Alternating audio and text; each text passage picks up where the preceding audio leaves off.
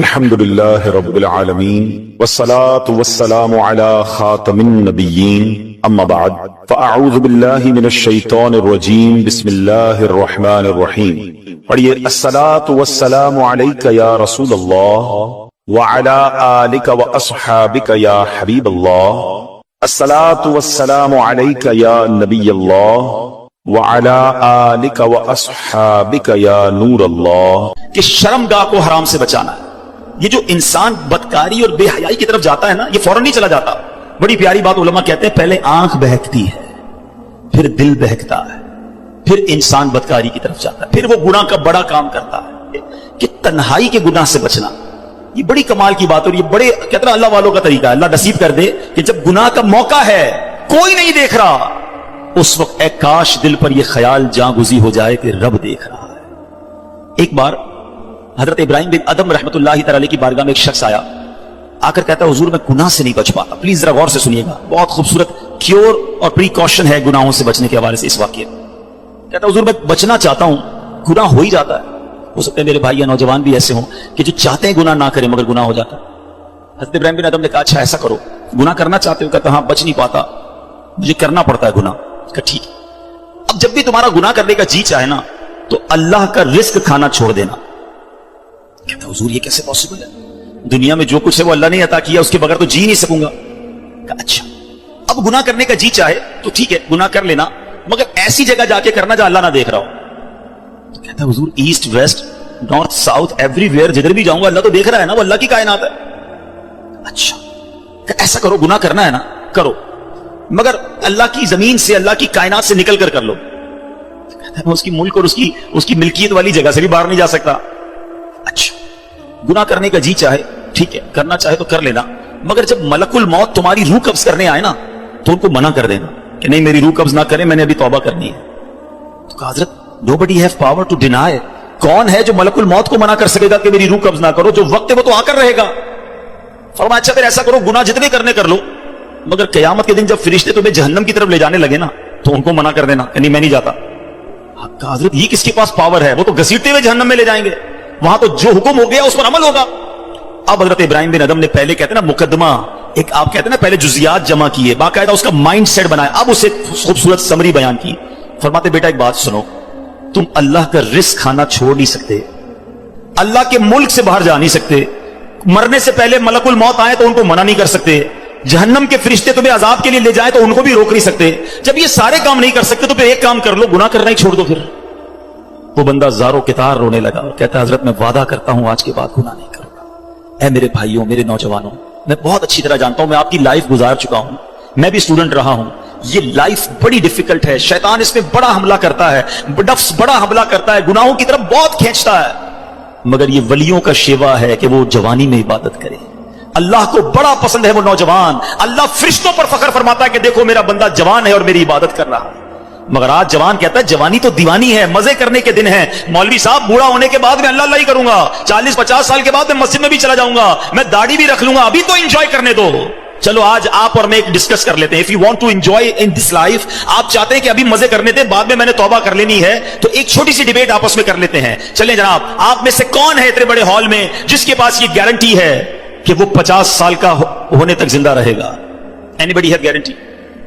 Nobody has guarantee. 50 سال زندگی مجھے ملے گی، کوئی ہے؟ نہیں ہے. چلیں ایسا کوئی بھائی بیٹھا ہو جو بتائے جو 1 سال میں زندہ رہوں گا.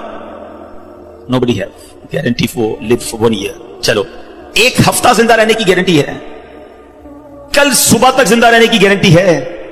سمجھدار لوگ ہیں، میری بات آپ فالو کر رہے ہیں. اٹ مینز آگاہ اپنی موت سے کوئی بشر نہیں، سامان 100 برس کا ہے، پل کی خبر نہیں. آپ کہتے ہیں میں بوڑھا ہو کے توبہ کر لوں گا. ارے آج دنیا سے میں جا سکتا ہوں اور آج چلا گیا تو اللہ کو کیا جواب دوں گا؟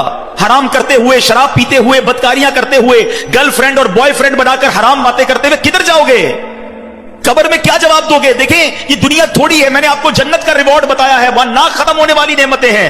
دنیا کی ایکسپائری ڈیٹ ہے. We have to go from this world. ہم سب نے دنیا سے جانا ہے. مگر جنت میں جو چلا گیا اسے موت نہیں آنی ہے. ہم فیہا خالدون. قرآن کا وعدہ ہے کہ ہمیشہ ہمیشہ جنت میں رہیں گے.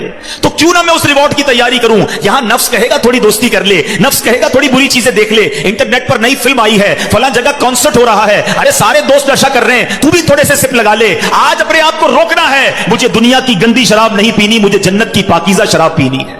مجھے دنیا کی بے حیائی نہیں کرنی, گندی عورتوں اور لڑکیوں کی طرف نہیں جانا ہے. میری بہنیں اگر سن رہی ہیں وہ نیت کریں کہ ہم پردہ کریں گے, ہم بوائے فرینڈ کی طرف نہیں جائیں گے. انشاءاللہ ہم جنت کی نعمتیں حاصل کریں گے, جنت کا گھر حاصل کریں گے. یہ تھوڑی سی زندگی صبر سے گزار لو, تھوڑی سی زندگی توبہ کر لو. آج تھوڑی دیر ہال فل ہو گیا ہے, مجھے بھی پسینہ آ رہا ہے, آپ کو بھی گرمی لگ رہی ہوگی, مگر مجھے بتائیے قیامت کے دن گرمی کیسی ہوگی جب 50,000 سال کا دن ہوگا, سورج 1.25 میل پر ہوگا, زمین تانبے کی ہوگی, دیر از نو شیڈو, اللہ کے عرش کے سوا پوری قیامت کے دن کوئی سایہ نہ ہوگا. سبحان اللہ. نبی پاک فرماتے ہیں جس دن اللہ کے عرش کے سوا کوئی سایہ نہ ہوگا, چند خوش نصیب ایسے ہوں گے جنہیں اللہ کے عرش کا سایہ نصیب کیا جائے گا. ان 7 قسم کے لوگوں میں ایک قسم وہ ہے کہ وہ نوجوان جس کی جوانی عبادت میں گزری, قیامت کے دن اللہ کے عرش کا سایہ نصیب ہوگا. پلیز اپنی جوانی کو بچا لو. ایک بزرگ تھے 100 سال عمر ہو گئی, ان کی آنکھیں بھی صحیح, ان کے دانت بھی صحیح, ان کی سماعت بھی صحیح, ایوری تھنگ پرفیکٹ, جوان. لوگوں نے کہا حضور 100 سال میں تو بندہ بستر سے لگ جاتا ہے, your every part of the body is perfect, یہ کیسے پاسبل ہے؟ کمال کا جواب دیا. کہتے میں نے جوانی میں اپنے in part of the body کو اللہ کی نافرمانی میں صرف نہیں کیا, بڑھاپے میں اللہ تعالیٰ نے میرے نازا کو سلامت کر رکھا ہے. آپ اچھا بڑھاپا گزارنا چاہتے ہیں نا تو پاکیزہ جوانی گزاریے, خدا را اپنے آپ کو بچائیے. اپنی شرمگاہ کی حفاظت کیسے ہوگی؟ جب آپ حرام دیکھنا بند کریں گے. سرما لگاتے ہوں گے آپ, ٹھیک ہے, سرما لگاتے وقت ہاتھ کانپتا ہے کہ یار تھوڑا سا احتیاط سے لگانا ہے, کہیں آنکھ میں سلائی نہ لگ جائے. اتنی نازک ہے میری اور آپ کی آنکھیں. موٹر سائیکل پر تو جاتے ہیں, کبھی کبھی کچرا آنکھ میں آ جائے, لال ہو جاتی, سرخ ہو جاتی آنکھ. ٹرائی ٹو انڈرسٹینڈ, اتنی نازک آنکھیں ہیں, اور ان آنکھوں کو جو حرام سے فل کر رہا ہے, روزانہ انٹرنیٹ پر نہ جانے کیا کیا دیکھ رہا ہے. حدیث پاک کا مضمون ہے جو اپنی آنکھوں کو حرام سے بھرتا ہے, قیامت کے دن ان کی آنکھوں میں جہنم کی آگ ڈالی جائے گی. کیسے برداشت کریں؟ ہم بہت کمزور ہیں میرے بھائیوں, خدا را توبہ کر لیجیے. اور ہم اللہ سے دعا کرتے ہیں کہ مولا کمزور ہیں, گناہ گار ہیں, بڑی خطائیں ہو گئی ہیں, مالک تیرے دربار میں حاضر ہو گئے ہیں. اللہ پچھلے گناہ معاف کر دے اور اگلی زندگی اچھی عطا کر دے, ہمیں نیک بنا دے. ہم آ جاتے ہیں شیطان کے باروں میں, کمزور ہیں. مالک تو طاقتور ہے, ہماری مدد کر, ہمیں حرام دیکھنے سے بچا, ہمیں حرام سننے سے بچا, ہمیں حرام بولنے سے بچا, ہمیں اپنی اعضاء کو حرام کاریوں سے بچانا نصیب فرما. اور جن خوش نصیبوں کو نبی پاک نے جنت کی گارنٹی دی ہے, اے اللہ ان خوش نصیبوں میں ہمیں بھی شامل فرما لے. یہ بدکاری کتنا برا گناہ ہے. یہ جو لوگ حرام کاری کی طرف جاتے ہیں تھوڑی سی انجوائمنٹ کے لیے, ایسے پروگرامز میں جانا جو آپ کا دل اس طرف لے جائیں حرام کاری کی طرف, ہمیں پہلے پریکاشن کرنی ہوگی کہ تاکہ ہم اس طرف نہ جائیں اور اپنے آپ کو بچا لیں. تو آج میرا میسج یہی ہے, آج میرا پیغام یہی ہے کہ خدا را اپنی زبان کی حفاظت کریں, اپنی آنکھوں کی حفاظت کریں, اپنی پاکیزگی کی حفاظت کریں, نہ جائیں حرام کاریوں کی طرف. اب اس میں بہت بڑا پرابلم پتہ ہے کیا ہے؟ یہ باتیں سن کر ہو سکتا ہے, I'm not sure کہ سب کا ذہن بن رہا ہو, مگر ایسے سعادت مند بھی ہوں گے جن کا یہ ذہن بن رہا ہوگا کہ یہ ٹھیک بات کر رہے ہیں, مجھے اکیلے قبر میں جانا ہے اور اپنی کرنی کا جواب اکیلے ہی دینا ہے. اب اگر مجھے اپنی قبر روشن کرنی ہے تو مجھے ان گناہوں سے بچنا ہوگا. یاد رکھو, جس طرح فیوچر برائٹ کے بارے میں سوچتے ہو نا کہ برائٹ فیوچر ہو جائے, کبھی برائٹ گریو کے بارے میں سوچا میری قبر بھی برائٹ ہو جائے, کیونکہ قبر 2 طرح کی ہوگی. There are only 2 types of graves. رسول اللہ صلی اللہ علیہ وسلم فرماتے ہیں قبر 2 طرح کی ہوتی ہے, حدیث پاک کا مضمون ہے, یا تو جنت کا باغ یا دوزخ کا گھڑا. Now it's up to you which type of grave you like to live. کتنے سال قیامت تک کے لیے اس قبر میں رہو گے اور کیسے رہو گے؟ جہنم کے گھڑے میں, سانپ اور بچھوؤں میں, یا جنت کے باغ میں؟ یہ آپ نے ڈیسائیڈ کرنا ہے. اب پرابلم کیا ہے کہ اس طرح کی سپیچز, اس طرح کے پروگرامز دل پر اثر کرتے ہیں, مگر جب یہاں سے فارغ ہوں گے تو وہی دوست ہیں, وہی گیدرنگ ہے. یا چھوڑو یار, مولوی صاحب تو ڈرانے والی باتیں کر رہے تھے, پھر چلتے ہیں انجوائے کرتے ہیں.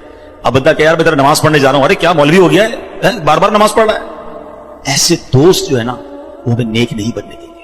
اگر آپ کا یہ ذہن بن گیا ہے کہ میں نے نیک بننا ہے, اللہ کو راضی کر کے جنت میں جانا ہے. آپ پڑھائی کے لیے کیا کرتے ہیں؟ کیا آپ نے اگر اچھے مارکس لینے ہیں تو ان ڈل دوستوں کے ساتھ بیٹھتے جو پڑھتے نہیں ہیں, یا آپ ان لوگوں کو ڈھونڈتے ہیں جو پڑھاکو ہوتے ہیں, جن کے پاس نوٹس بنے ہوئے ہوتے ہیں, یار ان کے ساتھ بیٹھوں گا تو اچھی سبق کی تیاری ہو جائے گی, یہ اچھے اسٹوڈنٹ سے میں بھی اچھا بن جاؤں گا. دنیا میں جب آپ کو یہ پتا ہے کہ اچھوں کی صحبت اچھا بناتی ہے, تو اگر آخرت کی تیاری کرنی ہے نا میرے بھائیوں, میرے اسلامی بھائیوں, تو آپ کو نیکوں کی صحبت اختیار کرنی ہے. وہ دوست کس کام کے جو نماز پڑھنے پر میرا مذاق ہو رہا ہے؟ مجھے تو وہ دوست چاہیے کہ میں نماز کے لیے نہ جاؤں تو مجھے یاد دلائے کہ بھائی چل دونوں بھائی نماز پڑھتے ہیں، جنت میں جانا ہے۔ خدا را ایسی کمپنی ڈھونڈو، اس کمپنی سے اپنے آپ کو بچائیے۔ اچھے کی صحبت تجھے اچھا بنائے گی، برے کی صحبت تجھے برا بنا دے گی۔ تو خدا را اچھوں کی صحبت تلاش کیجیے۔ آج کے دور میں بہت بڑی نعمت دعوت اسلامی کا ماحول ہے، جو ہمیں ایسے دوست دیتا ہے جو ہمیں آخرت کی یاد دلاتے ہیں۔ احادیث کا مضمون ہے دوست وہ ہوتا ہے جسے دیکھ کر خدا یاد آ جائے۔ بتائیے کوئی ایسا دوست ہے ہمارے پاس جس کو دیکھ کر خدا یاد آ جائے؟ ہمارے دوستوں کو دیکھ کر تو سنیما یاد آتا ہے، کانسرٹ یاد آتا ہے، عجیب و غریب باتیں یاد آتی ہیں۔ ایسے دوست کس کام کے جو نہ دنیا میں میرے کام آئے اور مرنے کے بعد میری قبر پر آ کر فاتحہ بھی نہ پڑھ سکیں؟ ہم نے دیکھا ہے کہ کسی کا جنازہ ہو تو دوست باہر کھڑے ہوتے ہیں، لوگ کہیں یار جنازہ پڑھیں، کہتے ہیں یار ہمیں تو پڑھنا ہی نہیں آتا۔ ایسے دوست کس کام کے جو میرا جنازہ نہ پڑھ سکیں؟ اللہ کرے میرے ایسے دوست ہوں کہ مجھے سنت کے مطابق غسل دیں، کفن دیں، مجھے قبر میں اتاریں اور نمازیں پڑھ پڑھ کے مجھے ایصال ثواب کرتے رہیں۔ تو خدا را میرے میٹھے اسلامی بھائیوں، جس طرح دنیا کی ترقی کے لیے، دنیا کے ریوارڈ کے لیے آپ اسٹرگل کر رہے ہیں، جنت کے لیے بھی اسٹرگل شروع کر دیجئے۔ اچھی کمپنی اختیار کیجئے اور دعوت اسلامی کا ماحول آپ کے سامنے ہے۔ ہماری بکس پڑھنا شروع کر دیں، ویب سائٹ کو وزٹ کریں تو انشاءاللہ بہت کچھ سیکھنے والے بن جائیں گے۔ اللہ تعالیٰ مجھے اور آپ کو عمل کرنے کی توفیق عطا فرمائے۔ واقعی عقل مند خواتین اس بیان کو سنیں گی تو وہ جو مسکنسپشن پیدا کیا جاتا ہے کہ جناب اسلام میں عورتوں کو آزادی نہیں ہے، جناب اسلام میں عورتوں کے لیے گھٹن ہے، اللہ اکبر، ذرا پہلے اسلام سے پہلے کے حالات پڑھو اور اس کے بعد اسلام کے آنے کے بعد عورتوں کو کیا شاندار مقام میرا دین دیتا ہے۔ اللہ کے نبی نے دا بیسٹ لوگوں کی جب مثال بیان کی، بہترین لوگوں کی مثال بیان کی، تو نبی پاک فرماتے ہیں، ترمذی کی حدیث ہے، سب سے بہتر وہ ہے جو اپنے اہل کے لیے بہتر ہو، یعنی اپنی فیملی کے لیے بہتر ہو۔ اور آقا فرماتے سنو میں تم سب سے زیادہ اپنے اہل کے لیے بہتر ہوں۔ نبی پاک سب سے زیادہ اپنی فیملی کے لیے بہتر۔ نبی پاک علیہ الصلوۃ والسلام سے ایک شخص نے پوچھا حضور شوہر پر بیوی کا کیا حق ہے؟ تو آپ نے فرمایا جب وہ کھائے یعنی شوہر کھائے تو بیوی کو کھلائے، جب لباس پہنے اسے بھی پہنائے، اس کے چہرے پر نہ مارے، اسے بدصورت نہ کہے، اور اگر سمجھانے کے لیے اس سے علیحدگی کرنی پڑے تو گھر میں ہی علیحدگی کرے۔ اللہ اکبر۔ ایک بار حضرت عمر فاروق رضی اللہ عنہ کی بارگاہ میں، سنیے گا بڑا دلچسپ واقعہ۔ سیدنا عمر فاروق کا کتنا بڑا نام ہے، آپ کے جلال کی، آپ کی عدالت کی مثالیں دی جاتی ہیں، بڑے بڑے لوگ آپ کے سامنے تھر تھر کانپتے تھے۔ آپ کا گھر میں انداز کیا تھا؟ ایک شخص آیا کہ میں حضرت عمر کے پاس جاؤں اور بتاؤں میری بیوی جو ہے مجھ سے اس طرح بات کرتی ہے اور میرا وہ انداز نہیں ہوتا جو شوہر کے سامنے ہونا چاہیے، ہوتا ہے گھروں میں ہو جاتا ہے۔ تو حضرت عمر کے دروازے پر پہنچا نا تو اندر سے اسے سیدنا عمر فاروق رضی اللہ تعالیٰ عنہ کی زوجہ ام کلثوم رضی اللہ تعالیٰ عنہ کی ناراضگی کی عالم میں گفتگو کرتے ہوئے سنا۔ وہ حضرت عمر سے بات کر رہی تھی تو وہ شوہر سوچنے لگا کہ میں تو اپنی بیوی کی شکایت لے کر آیا تھا، حضرت کے تو گھر کا بھی معاملہ ہی ایسا ہی ہے۔ تو وہ کہتے میں واپس ہونے لگا۔ حضرت عمر نے بلا لیا، کیوں آئے تھے؟ تو کہا کہ میں تو حضرت اپنی بیوی کی شکایت کرنے آیا تھا مگر میں آپ کے دروازے پر آیا، آپ کا بھی معاملہ ہی ایسا ہی ہے، تو میں سمجھ گیا ہم دونوں ایک ہی معاملے میں ہی ہیں۔ اب حضرت عمر نے جو ان کی تربیت فرمائی نا، آپ نے فرمایا میری بیوی کے مجھ پر چند رائٹس ہیں، چند حقوق ہیں، مجھے اس سے چند فائدے حاصل ہوتے ہیں جس کی بنا پر میں اس سے درگزر کرتا ہوں۔ پہلا یہ کہ یہ میرے لیے جہنم کی آڑ ہے، میرا دل اس کی وجہ سے حرام کاموں سے بچا رہتا ہے۔ نمبر دو، جب میں گھر سے نکل جاتا ہوں یہ میری خزانچی بن جاتی ہے، یعنی میرے مال کی نگہبان بن جاتی ہے، میری دھوبن بن جاتی ہے، میرے کپڑے دھوتی ہے، میرے بچے کی پرورش کرتی ہے، میرے لیے روٹیاں اور کھانے پکاتی ہے۔ تو وہ شخص کہتا ہے یہ سارے فائدے تو مجھے بھی اپنی بیوی سے حاصل ہیں، تو میں تو کبھی درگزر سے کام نہیں لیتا، وہ مجھے کہتی میں اس سے لڑنا شروع کر دیتا ہوں۔ کہتا آج آپ کی بات سے نصیحت مل گئی، اب میں اپنی بیوی کی چھوٹی موٹی باتوں کو میں بھی درگزر کر دوں۔ کتنی پیاری بات بتائی، ہم وہ ساری باتیں بھول جاتے ہیں، ایک غلطی پر پکڑ لیتے ہیں، ایک غلطی پر ڈانٹتے ہیں، ہر غلطی پر جناب ایسا نہیں ہوتا، ہر غلطی کی سزا سزائے موت نہیں ہوتی ہے، ہم غلطیاں نہیں کرتے۔ اگر جس طرح ہم اپنی بیوی کو اور غلطی پر ڈانٹتے وہ ڈانٹنا شروع کر دے پھر کیا حال ہوگا؟